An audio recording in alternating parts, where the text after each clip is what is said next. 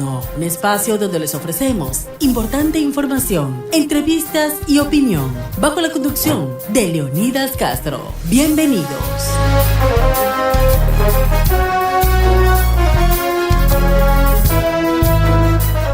Buenas noches, bienvenidos. Un programa más, aquí estamos en Diálogo Nocturno. Soy Leonidas Castro con ustedes en los próximos minutos. Pues en este día justamente ha habido mucha información desde muy temprano en la mañana, lo que era ese operativo, justamente el mega operativo realizado en Quito y en Guayaquil a propósito de los golpes que está dando a la delincuencia justamente el gobierno nacional. Pues muy temprano en la mañana el ministro del Interior daba a conocer algunos resultados de lo que ha sido justamente el trabajo de inteligencia de varios meses, porque no ha sido de ahora, ¿no? Tanto de la policía, de la fiscalía, la inteligencia militar también, todo lo que significó justamente haber hecho ese operativo, mega operativo, justamente que ha permitido la desarticulación de una organización criminal, según lo que señala el ministro del Interior. Pues aparentemente serían pues justamente de la estructura criminal de los Lobos a través de la operación Libertador 3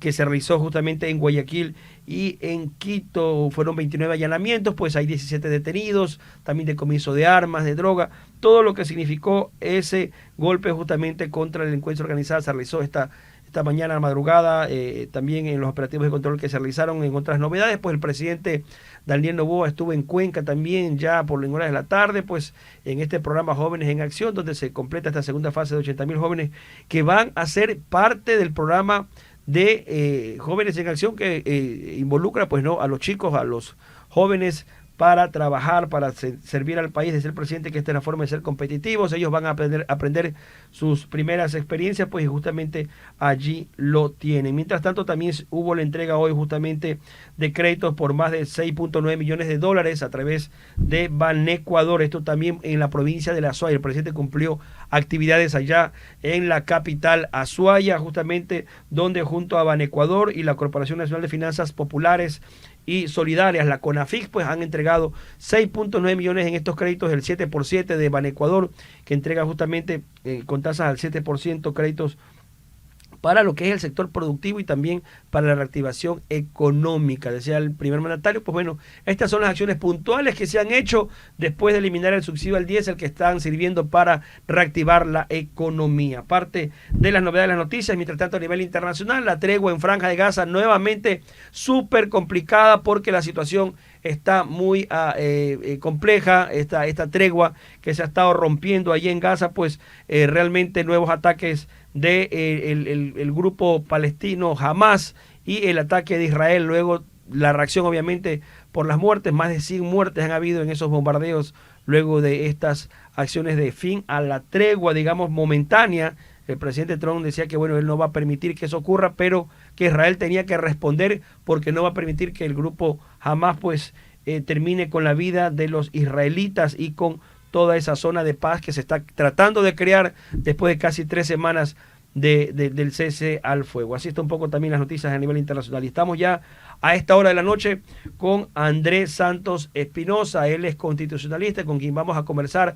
Andrés, ¿cómo está? Buenas noches, gracias por estar con nosotros. Bienvenido, soy Leonidas Castro. Hola Leonidas, ¿cómo estás? Muy buenas noches, saludos a todos los que nos están escuchando. Gracias, me escucha y me ve muy bien. Entonces empezamos la entrevista, mi querido Andrés. Agradecerle también a la sintonía que tenemos a nuestra audiencia que está siguiéndonos por las plataformas y redes sociales de Radio 99 y el Diálogo Nocturno.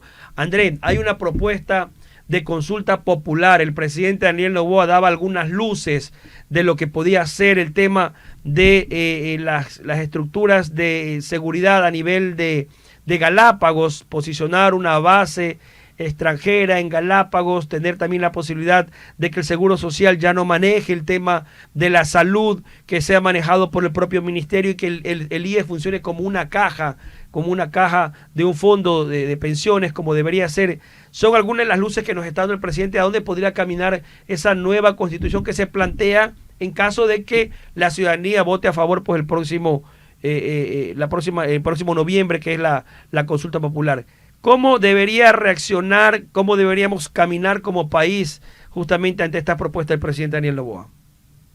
Mire, de los pronunciamientos y los actos que ha hecho este gobierno ya podemos tener una idea qué es lo que se va divisando para la nueva constitución. Sí, hemos escuchado el tema de las bases militares, las bases extranjeras, para ser concreto. Correcto.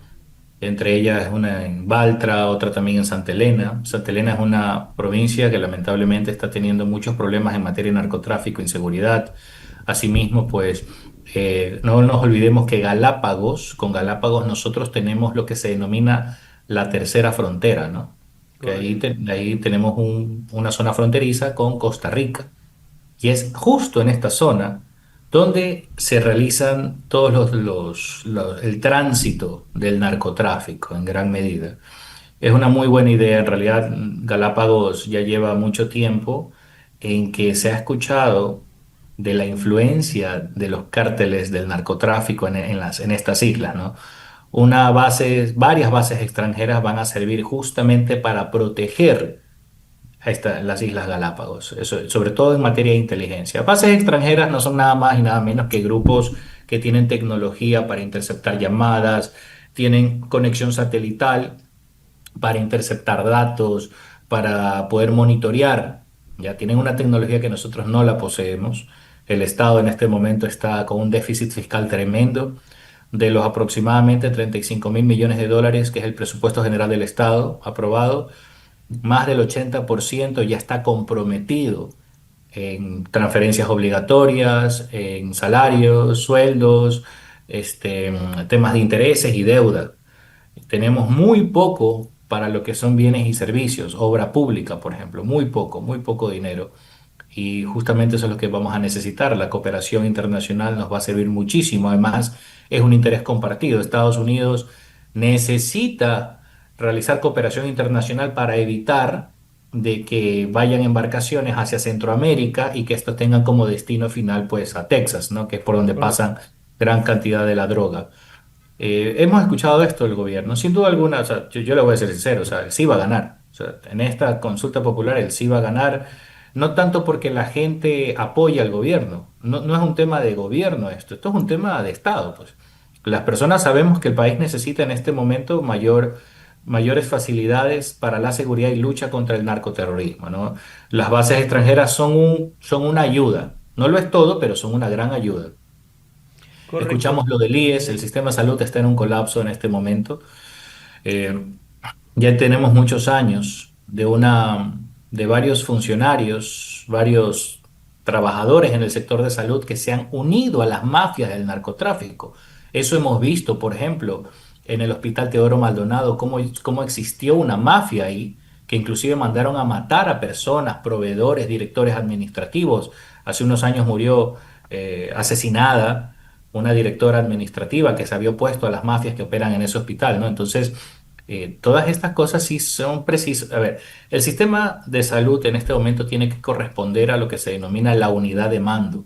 No podemos tener dos sistemas de salud diferentes, con dos cabezas distintas. Por un lado, el presidente del IES, el director general del IES, por otro lado, el ministro de Salud, ¿no?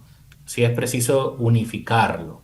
¿Ya? Esto no va a significar de ninguna manera de que ya los hospitales del IES ya no van a atender. No, van a atender de la misma manera, solo que en la red del Ministerio de Salud Pública, ¿no? De hecho, se va a lograr así inclusive expandir la atención hospitalaria, ¿no?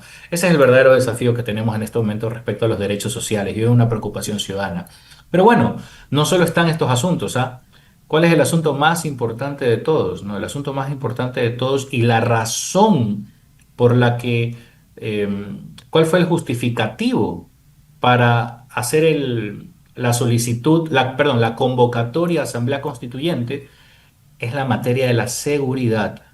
¿Por qué? Mire, todo gira en torno aquí a una razón de ser. La Constitución de Montecristi es una constitución que favorece a la delincuencia organizada. Lo digo abierta y públicamente y les voy a explicar por qué, para que los que me están escuchando lo puedan ver, leer en la Constitución, en las actuaciones de la Corte Constitucional que están relacionadas con Montecristi y por qué ha beneficiado a la delincuencia. A ver, en cualquier país, cuando un juez da una medida alternativa, libera a un delincuente peligrosísimo, a un sicario con 14 antecedentes, detenciones previas, reincidencias, este juez incumple una obligación que tiene. ¿Cuál es la obligación del juez? En aplicar una medida cautelar de aseguramiento para que el delincuente peligroso no pueda seguir delinquiendo porque es un peligro para la sociedad o pueda tomar represalias contra la víctima, ¿no? Eso ocurre en cualquier país normal. Nosotros no somos un país normal, no tenemos una constitución normal ni un sistema jurídico penal normal, sino anormal, o mejor dicho, subnormal. Ya somos un estado fallido en ese caso. ¿Cómo funciona en el Ecuador? Le explico porque yo mismo, con mi movimiento, Movimiento Firmes, hemos denunciado y procesado a jueces y fiscales por liberar secuestradores, haciéndole un grave daño a la ciudad de Guayaquil, pero sabemos lamentablemente que no existe norma en el Ecuador que obligue a los jueces a aplicar la prisión preventiva. En el Ecuador, los jueces no tienen el deber jurídico de aplicar la prisión preventiva. Significa que no pueden ser sancionados si es que el juez o el fiscal agarras 10.000, 15.000 dólares de coima para liberar a un sicario o a un secuestrador. Después, digamos, un movimiento ciudadano, el propio gobierno le mete una denuncia a ese juez no puede ser destituido por esa medida alternativa. Puede ser destituido en casos cuando conceden habeas corpus de manera irregular o la sustitución de las medidas de la prisión preventiva en casos de que ya estén adentro. Ahí es distinto. Pero en los casos que vemos cuando atrapan una banda en flagrancia y son llevados a la función judicial, ese es el mayor negocio para jueces y fiscales en el Ecuador. Se pelean por quién tiene el turno de flagrancia. ¿Por qué? Porque ahí está el dinero para ellos. Doctor Ahí está un Santos, tarifario. doctor Santos, y justamente termina siendo las leyes a veces se las rompe o podemos tener la mejor constitución del mundo si tenemos jueces, fiscales corruptos, donde tenemos justamente personas que no van por el camino de la moral, del derecho, de la justicia, del darle Leo, a cada quien lo que le corresponde, sino que Leo. cada uno tiene sus intereses particulares y en otros casos, dicen los jueces, se sienten amenazados porque los amenazan estos delincuentes de alta peligrosidad y no se sienten protegidos por el Estado. Es decir, ahí hay Es también que algunas cosas en torno a esto que podrían de cierto modo también ser una excusa para los corruptos justificarse por qué otorgan libertades.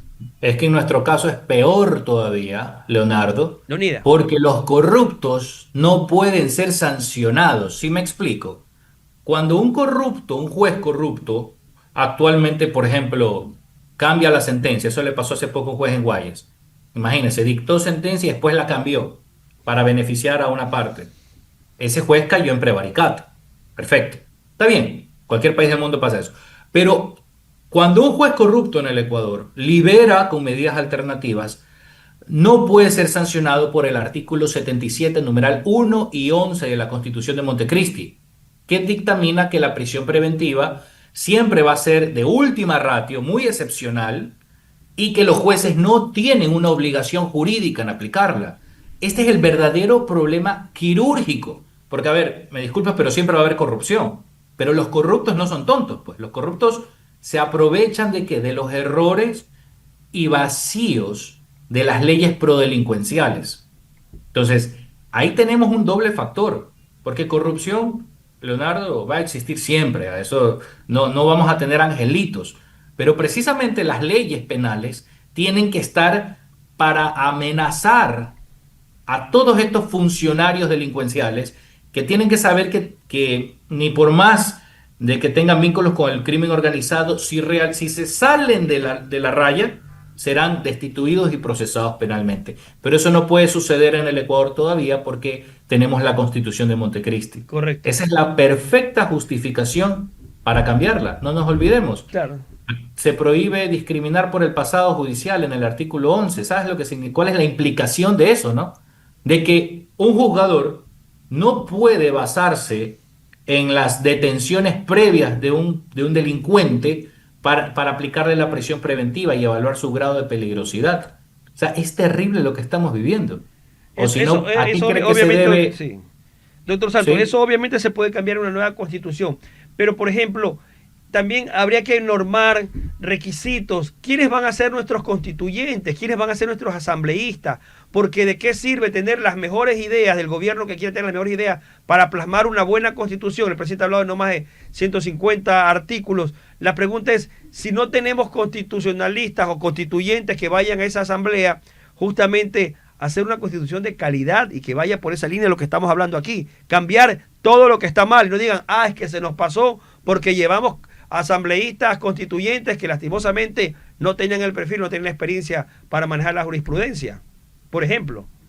Sí, claro, pero eso ya depende pues de los partidos. Ya depende pues de los partidos que se lancen candidatos, tienen que cumplir eso. De lo contrario, la ciudadanía quizás no los vote, ¿no? La ciudadanía en este momento está exigiendo justamente personas que sepan cuáles son los problemas de la Constitución. Ya no quieren discursos vacíos, ya no quieren explicaciones vagas, generales, no. Queremos saber realmente qué artículos son los que favorecen a la delincuencia, qué artículos son los que provocan el caos institucional, qué artículos son los que causan el estatismo burocrático que impide la libre empresa en el Ecuador, por ejemplo.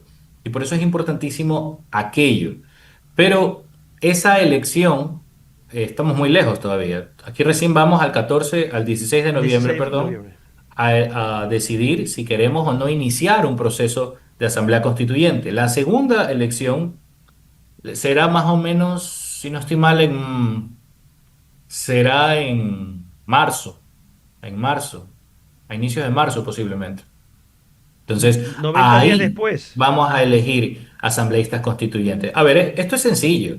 Quien tiene la decisión aquí es el pueblo, ¿ah? Quien elija a Finalmente. final de cuentas es el pueblo del Ecuador. El pueblo del Ecuador será el que va a elegir los asambleístas constituyentes. Te van a dar opciones, sí, pero el que toma la decisión es el ciudadano. Y el ciudadano tiene la responsabilidad de ver eso, ¿no? Entonces, aquí no hay... Y también el ciudadano, en noviembre del siguiente año, aproximadamente, tomará la decisión si le gusta o no el producto final. Aquí no es que es un cheque en blanco. El ciudadano tendrá el control total del proceso, a fin de cabo. ¿Ya? Entonces, eso también es importante tener en cuenta. Y doctor Santos, algunos de los pilares también en los cuales podría girar este tema de lo que se bosqueja tiene que ver con el tema laboral. Hay quienes piensan que esta Asamblea Constituyente podría ser regresión de derechos. ¿Hasta qué punto se puede permitir con lo que se ha ganado en la Constitución del año 2008? Para muchos que dicen que ganaron derechos ahí en todo sentido, se puede regresar, puede haber regresión de derechos en la nueva Constitución, retroceder a lo que ya se había planteado. A algunos les preocupa el tema laboral, por ejemplo. Ya, a ver, los que están trabajando actualmente y están en relación de dependencia, llevan años en una empresa o están esperando jubilarse, no tienen nada que preocuparse, pues no, eso no, esos derechos ya son adquiridos. A ellos los rige la norma anterior. Si se hace, por ejemplo, creo que se podría hacer un régimen especial para empresas pequeñas, para los emprendedores. Digamos, un emprendedor es imposible que pueda costear todos los beneficios y bonificaciones laborales ordinarias. Es imposible, o sea, Tiene es que ser una industria grande, no puede ser no, una empresa emprendedor. mediana, grande, por supuesto, ¿no? Entonces, hay regímenes laborales distintos, pero aplicarían para el futuro, para las nuevas contrataciones, ¿no? A ver, casi el 30%, solo el 30% del país tiene un empleo formal, ¿ah? Solo el 30% del país, o sea, tienes el 70% del país que no tiene un Desempleado. empleo formal. No tiene, simplemente no. O sea, esas personas no se vieran afectadas porque simplemente están desempleadas. ¿Ya? ¿Por qué es importante la flexibilización laboral? Porque mírate a qué nos ha llevado todas esas conquistas que hablan estos señores, ¿ah? Nos han llevado a tener unas peores tasas de desempleo en toda la región, a diferencia de Perú, por ejemplo, o Colombia. Tenemos una legislación laboral pero muy poco competitiva. Las empresas aquí no se ven alentadas a invertir en el Ecuador precisamente por eso y es fácil, hermano. No va a haber, o sea, si no se hace un cambio en ese sentido, no va a haber empleo. No va a haber empleo. O sea, si seguimos presionando más a la empresa privada, es muy sencillo. Simplemente no va a haber empleo y seguiremos de la misma manera. tenemos que empezar a ser competitivos. Se pueden hasta mejorar las condiciones laborales, sí, por supuesto que sí, con inversión de afuera, claro que sí. Eso sí, más oportunidades, más diversificación de mercados, contratación de nuevos profesionales, nueva mano de obra, calificada, no calificada, etcétera. Todas esas cosas se pueden hacer, pero tenemos que cambiar el sistema laboral. Doctor Santos, Pero sí. a las personas que están trabajando actualmente no tienen nada que preocuparse, a ellos no las va a regir la norma posterior, sino ellos están regidos por la norma anterior. Ellos no tienen nada que preocuparse, ellos en absoluto. Entonces, esto es un típico reclamo de la izquierda radical que lamentablemente tiene esa visión de los años 70 todavía y que nos tiene así, esa es la realidad, nos tiene como estamos en el país, detenidos, sin mayor inversión extranjera. Doctor Santos, y en la parte que ha planteado el presidente, de pronto esa idea de tener un seguro social como una caja justamente de ahorros, como un fondo de pensiones para las futuras jubilaciones, y separar el tema de salud, que sea el ministerio el que se cargue jurídicamente. ¿Qué podríamos cambiar en una constituyente si ese fuera la propuesta, si por ahí caminaría? Se puede hacer con todo lo que actualmente significa tener un BIES, tener un IE, tener estos déficits actuariales, tener esa deuda del Estado con el IE.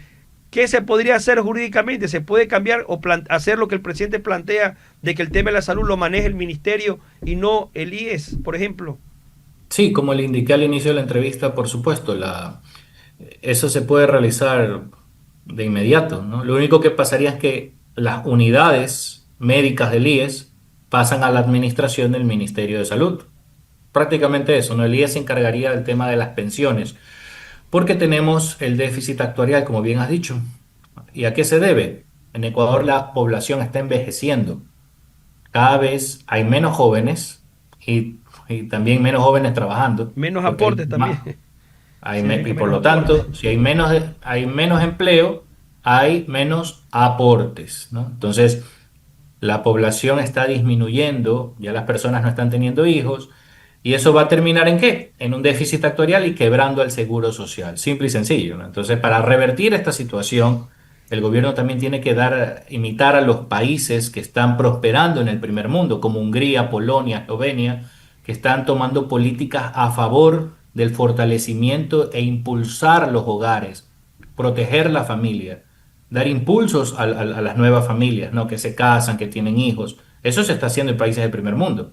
Se están promoviendo los matrimonios, las relaciones monogámicas duraderas.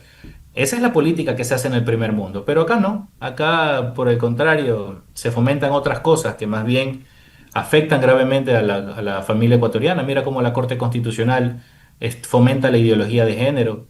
Hace un año nomás ordenó que todas las escuelas y colegios adopten como pensum la niñez transexual y un poco de aberraciones más. O sea, estamos adoptando un veneno social que nos está perjudicando gravemente. Y si no revertimos esto, no va a haber nada, nada que nos saque de este abismo que hemos caído como nación. Tenemos que volver al orden. Tenemos que realmente restaurar la civilización y el orden en nuestro país, ¿no? Claro. Por esa razón yo sí apoyaría una constituyente y hay que apoyar propuestas desde la ciudadanía, ¿no? Correcto, Eso es muy doctor. importante. Sí, doctor Santos, me quedan un par de minutos. Y en el tema de la reestructuración, por ejemplo, del Estado, quedarnos con tres poderes del Estado, ejecutivo, legislativo, judicial, y dejar atrás ese Consejo de Participación Ciudadana, esa quinta función. ¿Cómo ve usted ese cambio? ¿Es posible? Excelente, claro, por supuesto, es lo mejor que se puede hacer. Solo tiene que haber tres poderes del Estado.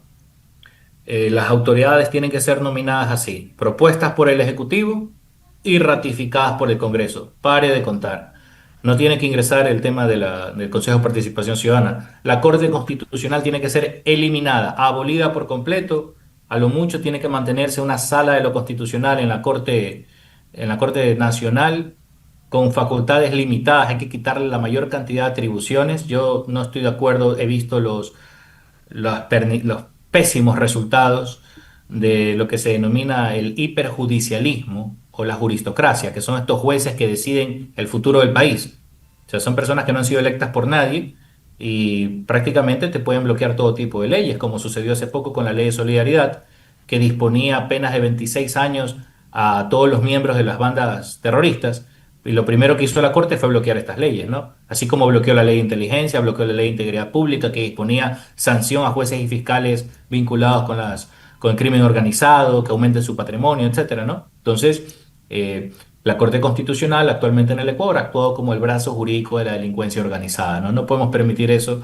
Eh, lo que necesitamos es que el pueblo elija a sus autoridades y las autoridades tengan, obviamente, bajo el mandato dado por el pueblo, la conducción de la política del Estado. Así es lo que tiene que hacer. No más estos jueces intocables, soberanos, que no sirven para nada, sino para la corruptela. Ellos no pueden seguir mandando en este país. Muy bien, gracias al doctor Andrés Santos, constitucionalista. Se nos ha acabado el tiempo, lastimosamente, pero habrá posibilidad de seguir conversando porque esto da para largo y, por supuesto, hay mucho más que conversar y compartir. Gracias y que tenga una buena noche, doctor Santos. A ti, Leo, gracias. Muy Gracias, buenas un noches. abrazo. Gracias Cuídense. a todos. Gracias, Saludos. llegamos a la parte final de Diálogo Nocturno. Que tengan todos ustedes una buena noche. Recuerden, mañana 7 de la mañana, 6 de la mañana, perdón, Alberto Quintana y Verónica Landeta con más del diálogo aquí por I99. Buenas noches.